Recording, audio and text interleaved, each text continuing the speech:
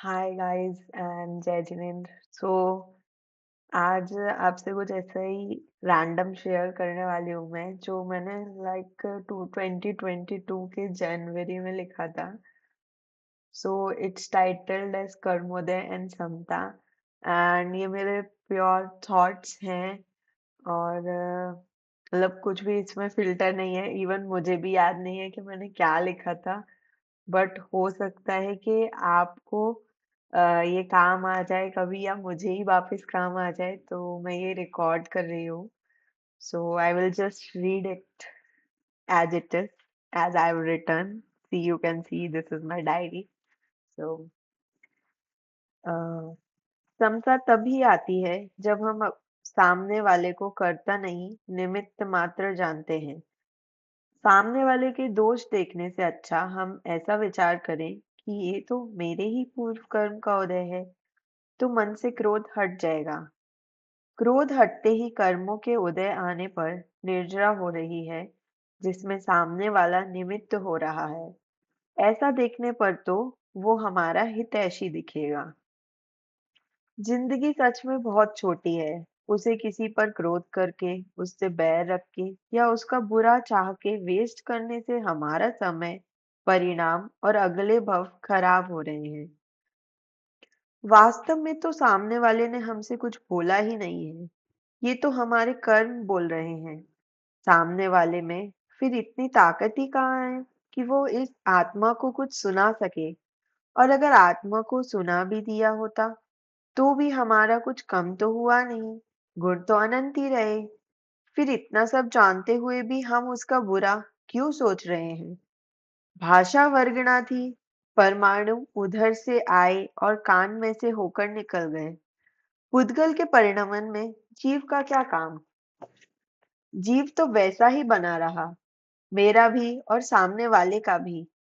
सामने वाले ने तो स्वयं क्रोध की भट्टी में जलते हुए हमारे कर्म जला दिए। वह तो धन्यवाद का पात्र है, और हम हैं कि व्यर्थ में उस पर आरोप लगा रहे हैं। जब तक हमारा उदय रहेगा, वह उन कर्मों के उदय में हमारा निमित्त बनता जाएगा। पर जिस दिन पुण्योदय आएगा, तब उसमें भी इतनी शक्ति नहीं बचेगी कि वो हमें कुछ सुना पाए, हमारा बुरा कर पाए। असल में तो ये क्षण अ, असल में तो यह क्षण एग्जाम है। जिनवाणी में पढ़ लिया, अब उसका प्रैक्टिकल करने का वक्त आया है। अभी नहीं पास हुए तो कभी नहीं हो पाएंगे।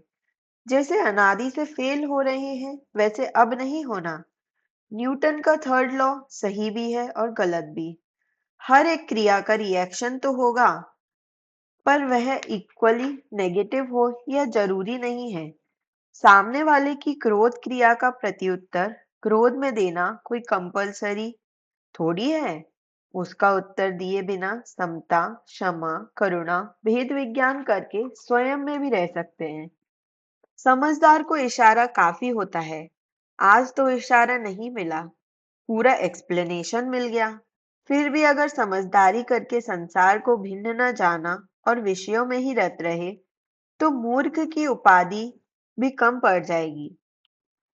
यह अवसर चेतने आया है कि तुमने यह अवसर चेताने आया है कि तुमने पूर्व में परिणाम खराब किए थे, तो अब भोगो उनका फल। अगर इस बार भी इस विशियस साइकिल में फंस गए और परिणाम खराब कर लिए, तो कब निकलोगे पता नहीं। इसलिए अब समय है कि परिणामों की संभाल करो और समता रखो। दुखी मत हो, भेद विज्ञान करो। हो सकता है ये पापोदय कई दिन तक चले, पर तुम विचलित मत होना। निरंतर भेद विज्ञान करते रहना। मुनिराजों, सतियों को याद करते रहना। हमें उनके मार्ग पर चलना है, तो डरना छोड़ना होगा। डर के आगे मोक्ष है। मुनिराज की चमड़ी निकाल के नमक छिड़क के ने पर आंख का कोना लाल ना हो, ऐसे मुनिराज हमें भी बनना है। तो प्रैक्टिस आज से चालू करते हैं।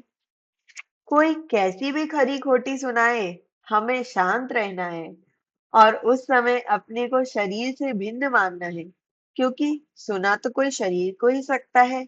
आत्मा का स्वभाव तो क्षमा रूप है।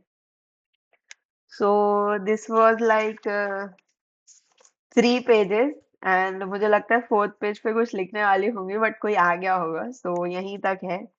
होप आप भी इसमें अपने थॉट्स ऐड कर दो कमेंट्स में या वीडियो को वीडियो से रिप्लाई करके एंड होपफुली ये किसी को तो काम आएगा ही। मुझे तो आता ही है जब भी ऐसा कुछ होता है तो। सो मिलेंगे जल्द ही नई डायरीज ऐसे कभी मन किया तो उसके साथ। एंड तब तक के लिए जय जिनेंद्र।